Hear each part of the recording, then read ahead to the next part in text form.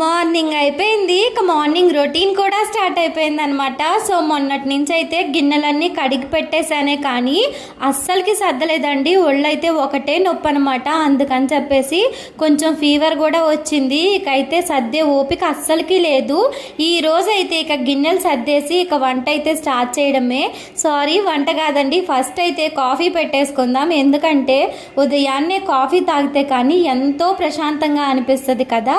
So మా husband అయితే first coffee పెట్టించేయి, తర్వాత అయితే మిగతా పని అంతా చూసుకో నువ్వు అని అయితే చెప్పారనమాట. అందుకని చెప్పేసి ఫస్ట్ అయితే కాఫీ పెట్టేస్తున్నాను.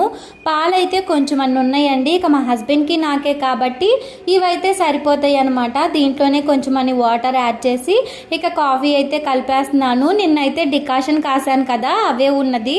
సో ఆ డికాషనే దీంట్లో కొంచెం అంతా యాడ్ చేశాను అనమాట. మనకేంటంటే కాఫీ డికాషన్ ఒక 2 రోజుల పాటు అయితే స్టోర్ చేసుకోవచ్చండి.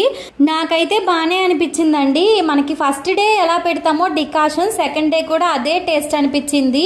టేస్ట్లో కాఫీలో ఎలాంటి డిఫరెంట్ లేదనమాట. అందుకని చెప్పేసి ఇక నాకు పర్లేదు కదా అని చెప్పి 2 రోజులకు ఒకేసారి డికాషన్ అయితే పెట్టేస్తాను. ఇక ఇక్కడ ఏంటంటే మా వారికి నాకు పోసాను కదా, ఇంకొంచెం ఉన్నాయి, అమ్మమ్మకి ఇద్దామంటే ఇంక అమ్మమ్మ అయితే తాగనందనమాట. ఇక సరే అని చెప్పేసి తీసిన గ్లాస్ అయితే ఒక పక్కకు పెట్టేసి ఇక మా వారికి నాకే మిగిలిన కాఫీ కూడా సరిపెట్టేశాను. కొంచెమే కదా, పారబోయడం ఎందుకని చెప్పేసి ఇక మా వారికి ఏంటంటే కాఫీ ఇంత నిండుగా పోసిస్తే భలే కోపం వస్తుందండి. ఇక ఆయన ఎక్స్ప్రెషన్స్ కూడా చూడండి, ఇంత నిండుగా పోసేవు ఎవరు తాగుతారని చెప్పేసి అరుస్తున్నారు. ఎప్పుడైనా సరే కొంచెం ఎల్త్గా పోస్తే తాగుతారు కానీ అంత ఘనంగా పోస్తే అరుస్తారనమాట.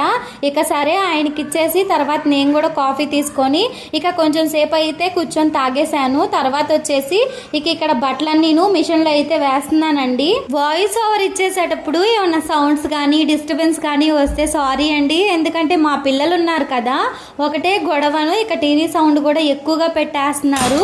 అందుకని చెప్పేసి చాలా డిస్టర్బెన్స్గా ఉందన్నమాట. ఇప్పుడు వంటగదిలో వచ్చి వాయిస్ ఓవర్ ఇస్తున్నా కూడాను అక్కడ కూడా వచ్చేసారనమాట. ఇక గిన్నెల సౌండ్ చేస్తూనే ఉన్నారు. పిల్లలుంటే అంతే కదండి, గొడవ చేస్తూ ఉంటారు కదా. నాకైతే మా పిల్లలతో ఇలా డే అంతా గడిచిపోతుంది అనమాట పని వచ్చేసి.